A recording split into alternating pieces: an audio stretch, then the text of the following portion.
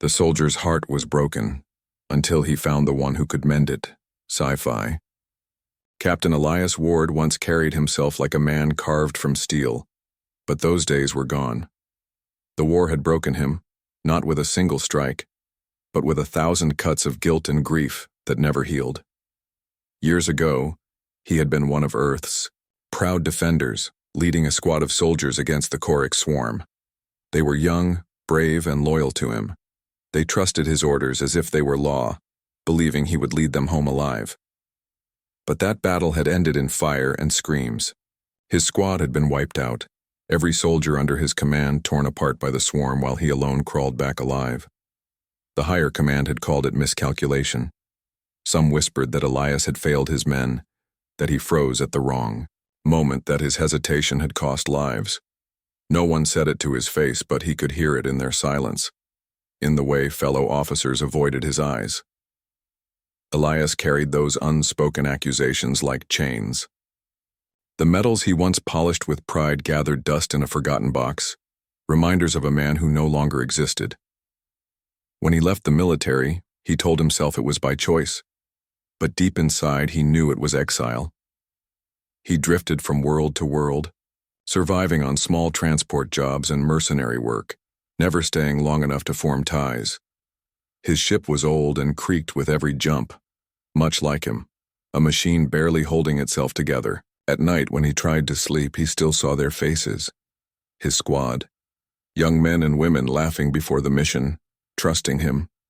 Then the screams, the endless swarm breaking through their lines, and the silence that followed. Elias would wake drenched in sweat, his chest heavy as if someone had reached inside and crushed his heart. On one such restless journey, he found himself on a remote mining colony at the edge of known space. It was the kind of place forgotten by governments and empires where people scraped by far from the eyes of the galaxy. Elias liked such places. They asked no questions and he gave no answers. He only stayed long enough to refuel, drink something strong enough to dull the edges of memory, and then move on. But fate had other plans. As he walked across the docking platform, he noticed the faint glow of fire on the horizon. Miners gathered, at the edge of the settlement, pointing at the sky. Something had come down fast, burning through the atmosphere. A crash. Most shrugged and went back to their work. Trouble falling from the heavens was no concern for men who already lived at the edge of survival. But Elias felt an old instinct stir, the same pull that had once driven him to run toward danger instead of away from it. Against his better judgment, he set course for the crash site. The wreckage lay in the barren desert outside the colony. The ship was small, sleek, and alien. Its hull bore markings unfamiliar even to Elias, who had seen many species in his wandering. Flames still licked at twisted metal, smoke rising into the dark sky.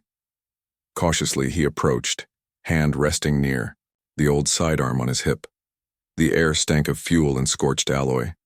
For a moment he thought the craft was empty, another dead traveler lost in the void. Then he heard it, a faint sound, weak but insistent, the cry of someone still alive. He forced the hatch open, coughing as smoke poured out. Inside, among shattered panels and sparking wires, he found her. An alien, slender and injured, her skin pale with faint blue markings glowing softly under the dim light. Her eyes opened slowly, filled with pain yet sharp enough to notice him. She tried to speak, her voice broken, but Elias understood the plea. She needed help. For a moment he froze.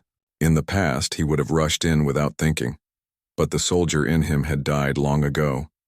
He told himself it wasn't his problem, that saving one more life would not erase the dozens he had lost.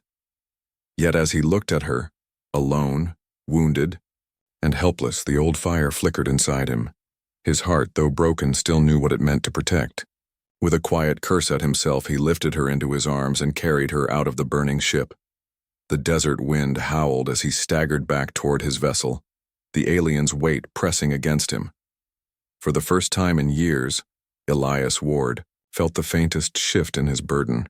He had no idea who she was or what her presence would mean, but something deep within whispered that his life was about to change. The soldier who had once been broken had unknowingly taken the first step toward mending his heart.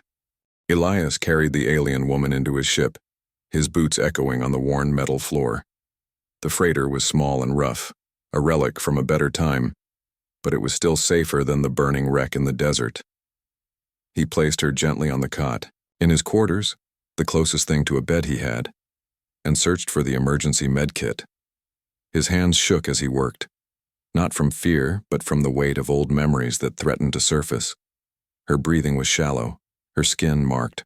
With burns and cuts from the crash, Elias activated a scanner, unsure if human tools would even work on her physiology.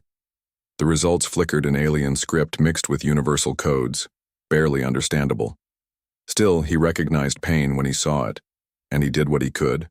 Cleaning, wounds, sealing burns with the med gel and wrapping bandages. She winced once but did not cry out, her luminous eyes following his every move. When at last he stepped back, he realized he had been holding his breath the entire time. She was alive, though weak, and that was enough. Elias sat on the edge of the chair opposite her, exhausted. He told himself he had only done what any decent being would have done. Yet in truth, he knew most people on that colony would have walked away. They had seen the crash and turned their backs. He had not. Something in him still refused to let go of the instinct to protect. Her voice broke the silence, soft, uncertain, but clear enough in the common trade tongue. "You helped me." Elias nodded once. "You'd be dead otherwise." She studied him with curious eyes, the faint glow of her markings pulsing slowly like a heartbeat. "Why? You do not know me." The question cut deeper than he expected. He could have said he didn't know, that he just acted, but the truth slipped out before he could stop it. "Because I couldn't watch someone else die." She seemed to consider his words. Then she whispered, "My name is Liara." Elias gave a stiff nod. "Elias Ward." He paused, unsure if he should add more, then forced the words out. "Former soldier." The word soldier hung heavy between them. Liara tilted her head slightly, as if she sensed the weight he carried. "You are broken," she said softly. Not as an insult, but as an observation. Elias flinched, his jaw tightening. He wanted to snap back, to tell her she didn't know anything about him. But the calm in her tone stopped him. She was not mocking him. She had simply seen what others avoided. He looked away, unable to meet her eyes. Hours passed. Elias busied himself with repairing the ship's systems while Liara rested. The crash had damaged more than her body. It had destroyed her vessel completely. Through halting conversation, Elias learned that she was a scientist, traveling alone on a research mission. Pirates had attacked her convoy and she had barely escaped before her ship was struck down. Her people were far from this sector, and now she was stranded with no way home. When she realized the truth of her situation, her composure wavered. For a moment, Elias saw the pain behind her calm exterior, the fear of being alone, the grief of losing her crew. It mirrored something in him, the same emptiness that had haunted his nights. Two broken souls, each carrying a burden, now trapped together by fate. The next day, Liara tried to stand but nearly collapsed. Elias caught her before she hit the ground, steadying her gently. She looked up at him, and for the first time, he saw gratitude in her eyes, warm and unguarded. "You saved me twice," she said quietly. He shrugged, pretending it meant nothing. "Don't make me do it a third time." Despite the heaviness around them, a faint smile touched her lips. It was the first genuine smile Elias had seen in years, and strangely, it made something stir inside him. A feeling he thought had long since died. Later, as they shared a small meal, Liara spoke of her people's beliefs. She told him of the idea of soul resonance, a bond said to form between two beings when their fates aligned, allowing them to heal each other's wounds. Elias listened in silence, skeptical. To him, such things were little more than stories, told to comfort the weak. Yet the way Liara spoke, gentle, hopeful, almost serene, made him wonder if there was truth hidden in her words. That night, Elias lay awake, staring at the ceiling of his ship. He told himself he had saved her only because he couldn't ignore her suffering, that once she recovered, they would part ways. Yet deep down, he knew it wasn't that simple. Something had shifted in him when he carried her from the flames. For the first time in years, the weight of his past felt a little lighter, as though someone else now carried a small piece of it. Liara, too, seemed to sense it. Though still weak, she no longer looked at him with the distance of a stranger. Her eyes lingered as if searching for something in him that he no longer believed he possessed.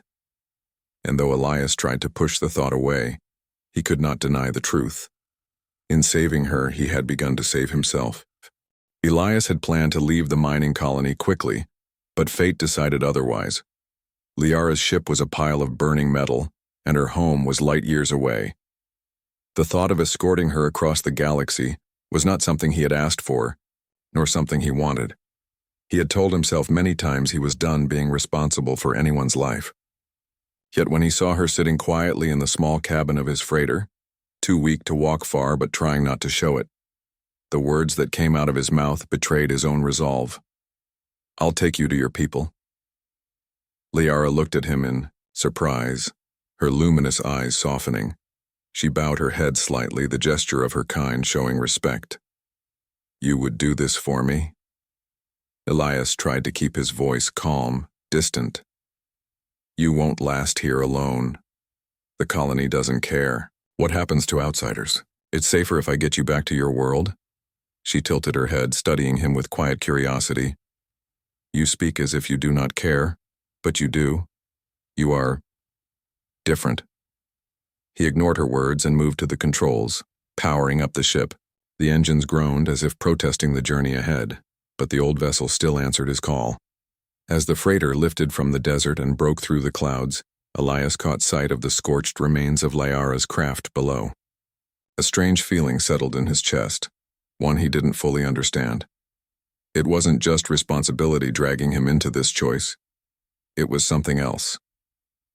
The days that followed were slow, filled with silence at first. Liara rested, recovering, strength little by little. Elias spent his time maintaining the ship, checking maps, and avoiding long conversations. But silence has a way of breaking, and soon, small words began to fill the empty spaces. At first, it was simple.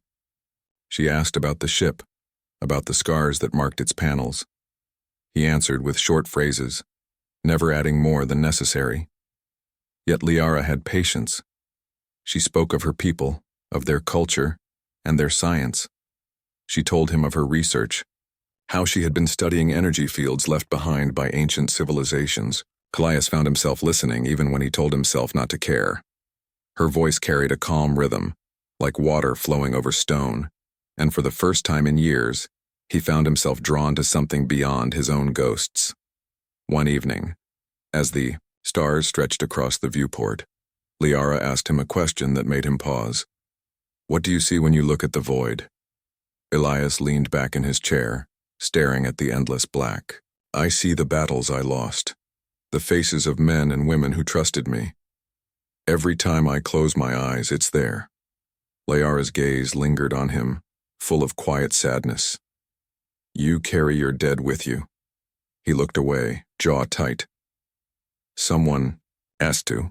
She didn't argue, didn't tell him to let go. Instead, she said softly, "Among my people, we believe the dead live in our memories, but not to chain us. They guide us. They remind us of what we must protect. If we let the memory become only pain, then we dishonor them." Elias wanted to dismiss her words, but they stayed with him, echoing long after she had fallen asleep. For years he had carried the weight of his squad like a punishment, never allowing himself to believe there was anything beyond the guilt. Could it be that remembering them differently, remembering them with honor, might change the way the pain lived inside him? The thought unsettled him because it felt like hope, and hope was something he had buried long ago. Their journey was not without danger. In the outer sectors, space was lawless. Twice they were forced to dodge pirate ships, their scanners sweeping for easy prey. Elias maneuvered the old freighter with sharp skill, using tricks from his soldier days to hide in asteroid fields and mask their signals. Liara watched him closely, and each time they escaped, her admiration grew. "You fight with instinct," she said after one close call. "Not only skill, you feel the enemy's next move before they make it." Elias gave a bitter laugh. "It's not instinct. It's fear. Fear keeps you alive longer than bravery ever will." But Liara shook her head. "No. Fear alone does not save others. You move not just for yourself. You think of the ship, of those within it. That is why you lived, when others did not." Her words unsettled him more than he wanted to admit. No one had spoken to him like that since his squad. No one had looked past the broken shell of him to see something worth holding on to. One night, as they drifted through quiet space, Liara told him again of soul resonance, the bond between two, beings who carried wounds but found healing in each other. Elias said nothing at first, unwilling to believe in legends. But as her voice filled the small cabin, and as her eyes met his across the dim light, he felt the faintest pull. Not magic, not destiny, just the strange realization that he no longer felt entirely alone. For the first time in many years, he allowed himself to close his eyes without fear of the dreams. And when sleep came, it was lighter than it had ever been. The hum of the freighter's engines was steady, a low sound that filled the silence between Elias and Liara as they crossed another empty stretch of space. For a brief time, it felt almost peaceful, as if the war and all its scars were far away. But peace was never meant to last. It never did, not for Elias. They stopped at a trade outpost along the border sectors to refuel and gather supplies. The station was crowded with merchants, miners, and travelers from dozens of species. The air smelled of oil and smoke, the kind of place where credits mattered more than questions. Elias kept his head low, not wanting attention, while Liara stayed close behind, wrapped in a cloak to hide her features. He had warned her that places like this were not kind to outsiders, especially one as rare as her. Inside a dim cantina, as Elias haggled for rations and spare parts, he overheard voices from a nearby table. Rough voices speaking in trade tongue, their words heavy with fear. "They say the swarm moved again," one miner muttered. "Whole colony gone in days," another replied. "No warning, just silence afterward. Command doesn't believe it. They think the swarm won't come this far." Elias froze at the word. Swarm. The Orcs. His chest tightened, old memories clawing at him like shadows rising from the grave. He listened without moving, every muscle tense. "They say the next sector in line is the Arathis cluster," a third voice said. "If that's true, it'll burn fast." Liara's hand tightened on his sleeve. He turned and saw her eyes wide, her face pale beneath the hood. Her voice was low but urgent. "The Arathis cluster is my people's territory.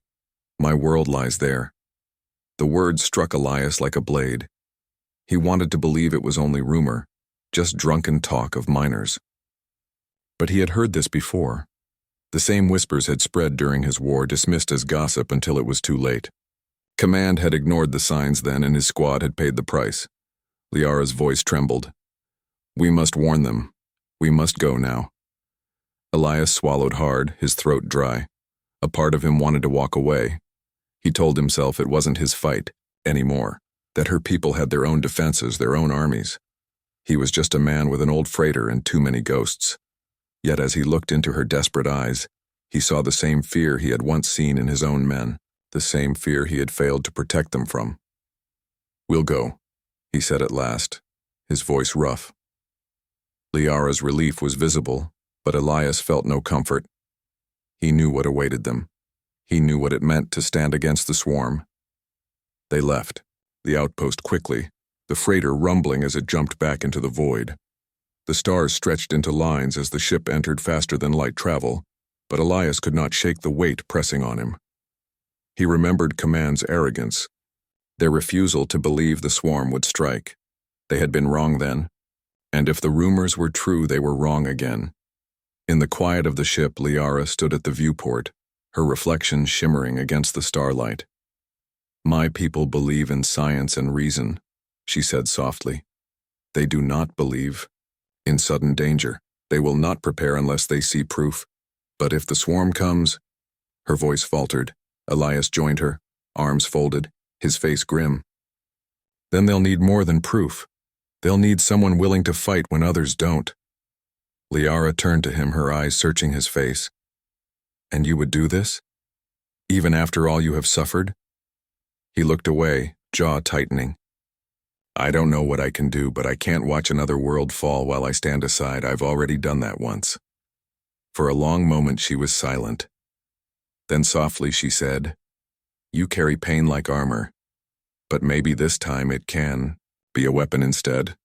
Her words lingered with him. He had lived so long running from his past, from the battlefield and from himself.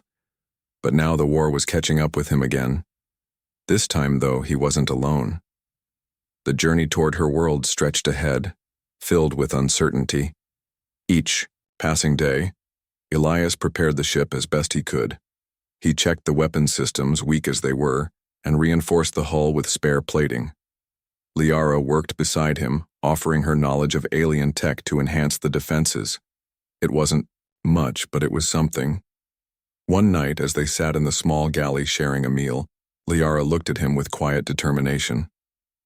Elias, when the swarm comes, they will not stop. They will consume until nothing remains. My people may not listen to me, but perhaps they will listen to you. Elias frowned. Why would they listen to a broken soldier? Because you know them, she said simply. You have faced them and lived. That is more than most can say. Her faith in him unsettled him, yet at the same time, it lit a spark he thought had long been extinguished. He didn't believe in destiny, nor in her people's talk of soul resonance, but he began to believe in something else. Choice. The choice to fight again. Not for medals or orders, but because someone needed him. As the ship sped toward Liara's world, Elias sat alone in the cockpit, staring at the endless black. He thought of his squad, of their last stand, and of the guilt that had chained him ever since. Perhaps this was his chance to make it mean something. Perhaps through this fight, he could finally honor them. And deep inside, though he would never admit it aloud, he realized something more dangerous than fear was beginning to take root within him: hope. The freighter cut through space like a tired beast, slow but steady. Elias sat at the controls, his eyes fixed on the stars that streamed past.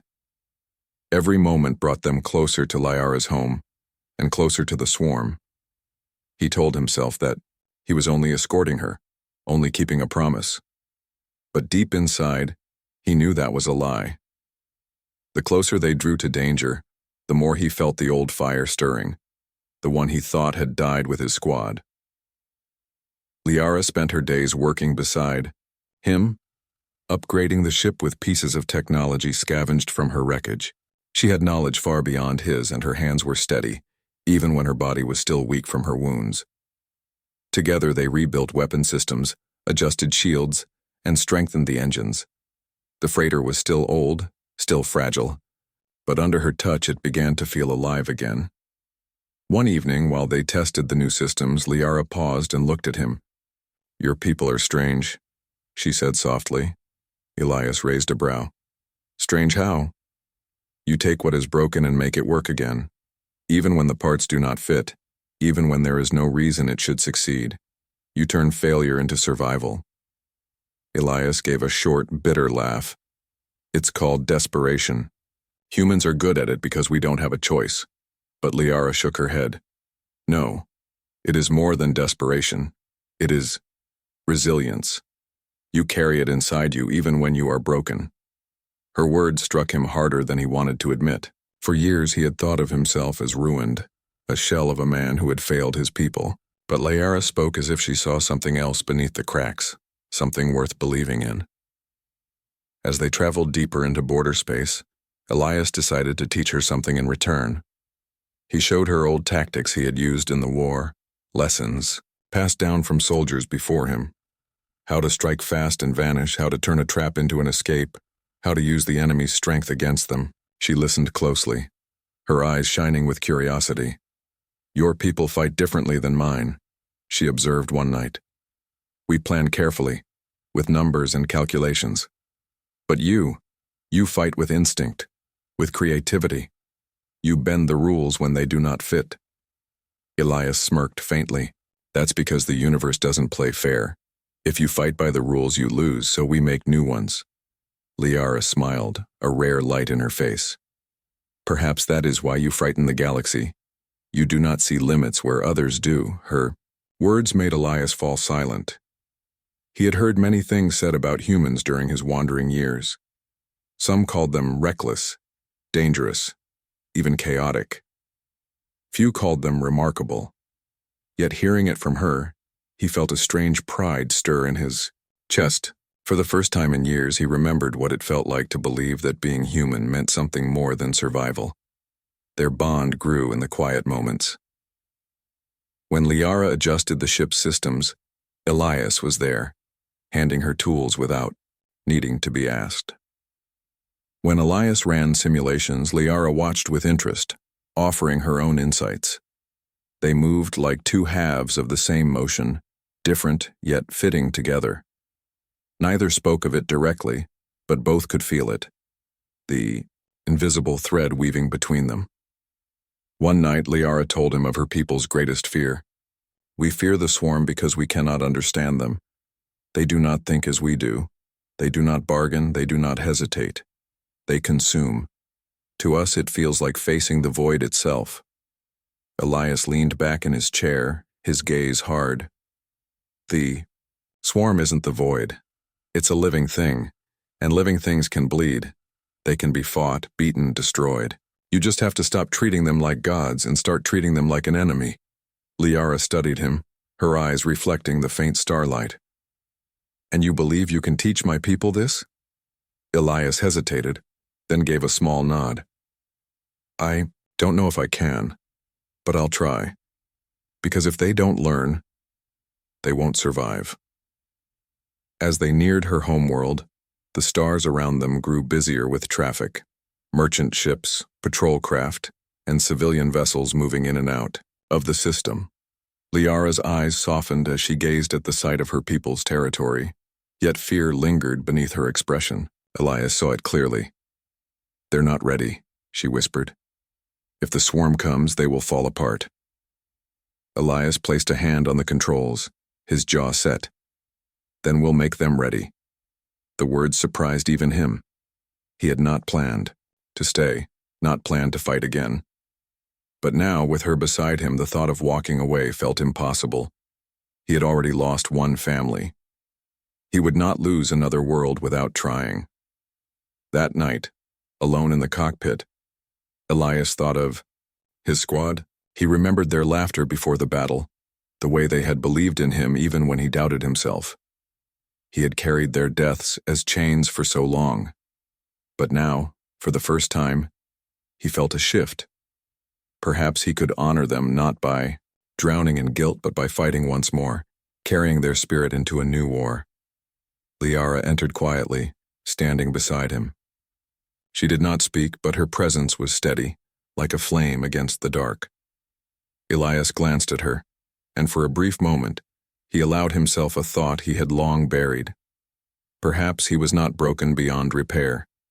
Perhaps, just perhaps, he could still be more than the man who had survived.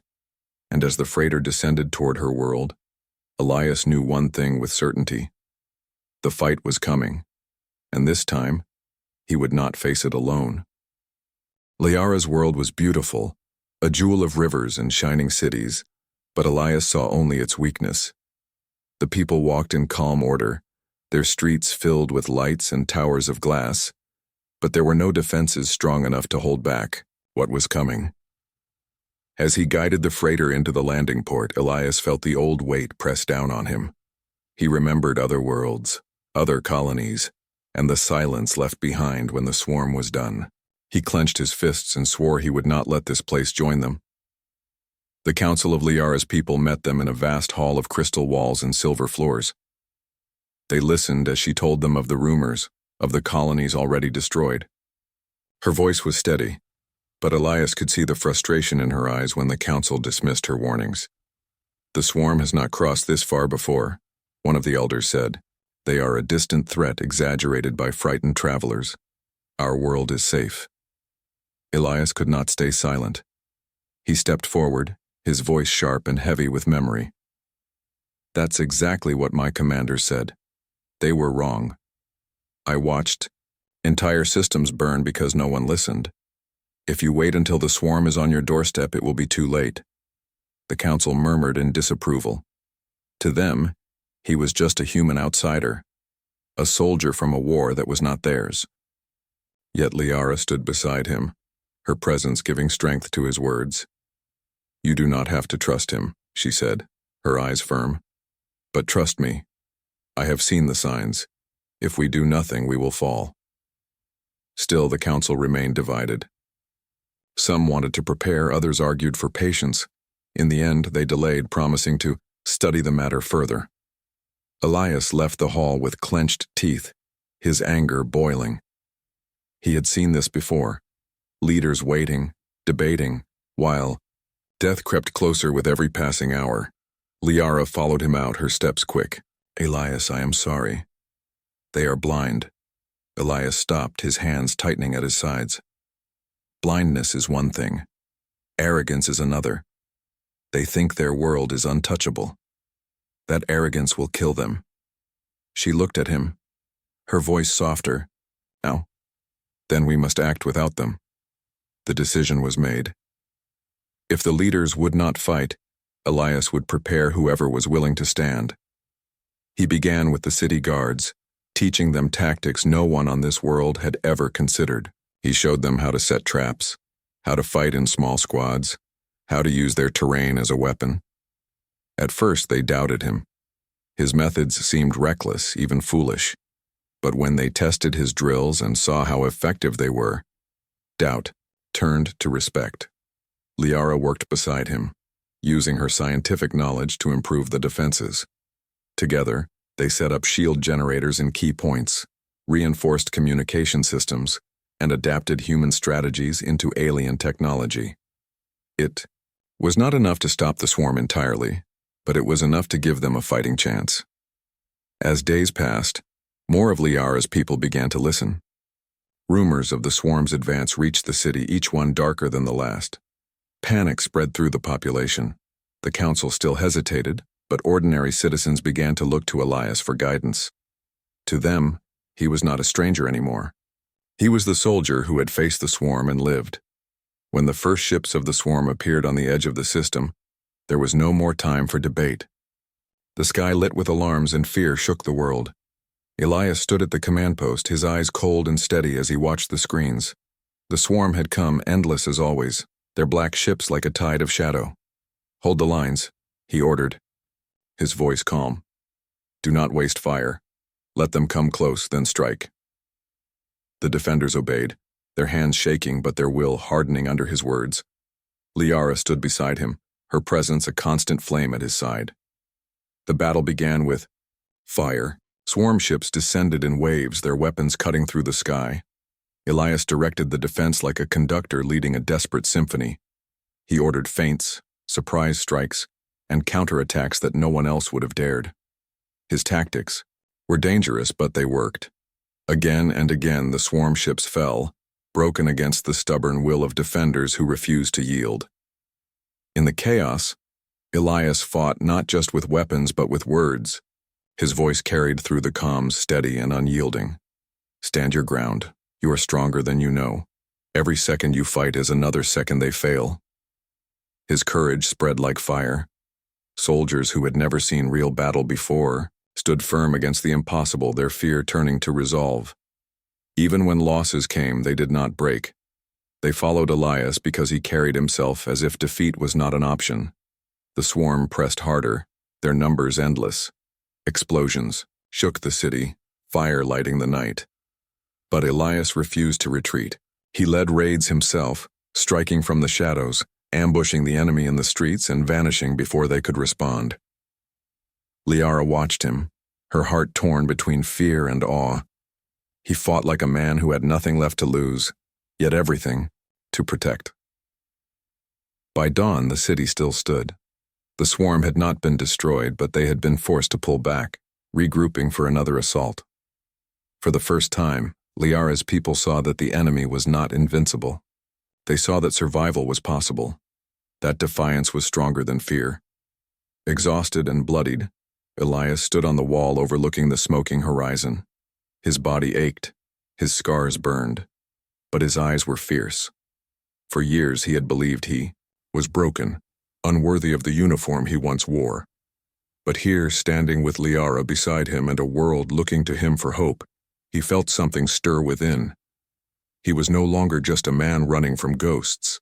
He was a soldier again. The smoke of battle still hung over the city as the new day began. Fires burned in the distance, sending columns of black against the pale sky. People moved among the ruins, pulling survivors from broken walls, carrying the wounded, and rebuilding what little they could. Fear still lingered, but so did something new: hope. For the first time, they had stood against the swarm and had not fallen. Elias sat on the edge of a ruined wall, his rifle across his knees. His body was bruised, his armor scarred, but his eyes were steady. He watched the people below as they worked, their faces changed.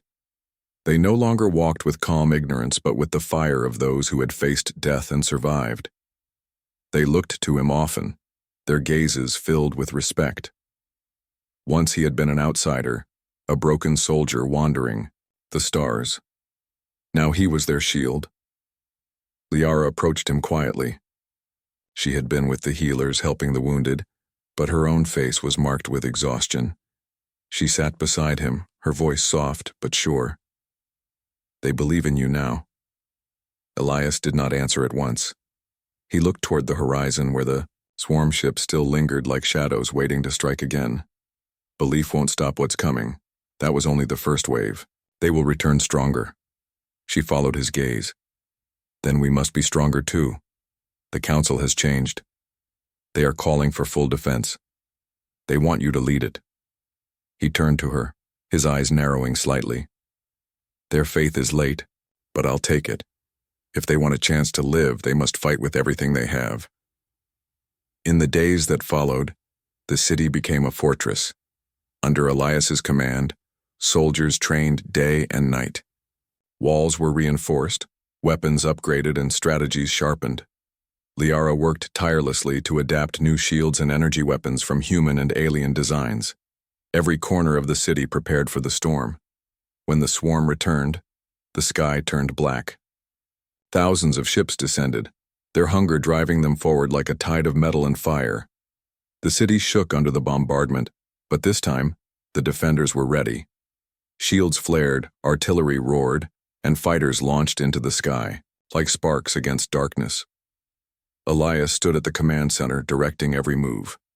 His orders cut through the chaos, each one sharp and clear.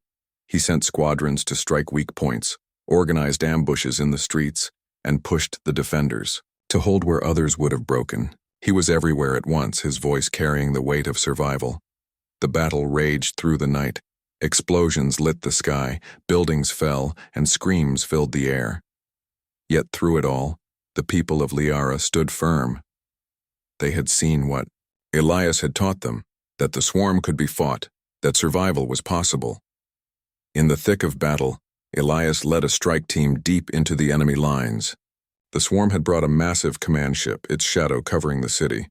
If it remained, the defenders would be crushed. He knew what had to be done. With Liara at his side, he led the charge. Fighters and soldiers followed him, their courage bound to his. They fought through endless waves of enemy drones, their weapons glowing in the night. Elias moved like a force of nature, every strike precise, every order pushing them forward. Liara fought beside him, her calm mind turning chaos into strategy. Together they reached the command ship. The battle inside was brutal. The corridors were filled with swarm machines, relentless and merciless. Elias fought with every ounce of strength he had left, his heart pounding, his body screaming. He remembered the faces of those he had lost in past wars, the silence of dead worlds, and he swore this place would not join them. At last they reached the core chamber. The swarm's control nexus pulsed with dark energy, the heart of the beast. Elias planted the charges, his hands steady even as the enemy closed in. Liara covered him, her weapon burning as she cut down the drones that swarmed around them. The last charge was set. He turned to her, his voice low. Once this goes off, the command ship falls. The swarm will scatter. Her eyes met his, calm despite the chaos. Then let us finish this together. They ran, fighting their way back through the corridors as alarms screamed. Behind them, the charges detonated. The ship shook violently, explosions tearing through its core. Fire and light consumed the vessel as it began to fall. Elias and Liara barely made it to the escape craft. The ship roared around them, breaking apart as they launched into the night. Behind them, the command ship collapsed, crashing into the sea with a blast that shook the heavens. Across the battlefield, the swarm faltered. Leaderless, their ships scattered, their assault broken. The defenders roared with victory, their voices rising above the smoke and fire. For the first time, the swarm had been defeated here. Back in the city, the people cheered as Elias and Liara returned. They had not only saved a world, but given it the strength to fight for itself. The council bowed to them, the soldiers saluted, and the citizens called his name. But Elias did not see himself as a hero. He stood on the walls that night, looking out at the horizon where the stars burned bright. Liara stood beside him, her hand resting gently on his arm. "You gave them hope," she said. He shook his head. "Hope was already here. I just reminded them how to use it." For years he had believed his heart was broken, buried under loss and guilt. But now, standing with Liara, with a world saved by their courage, he felt something new. His scars were still there, but they no longer defined him. The soldier's heart was no longer broken. It had been mended, not by war, but by trust, by courage, and by the bond he had found in the one who had believed in him when no one else did. And for the first time in many years, Elias looked to the future not with sorrow but with hope.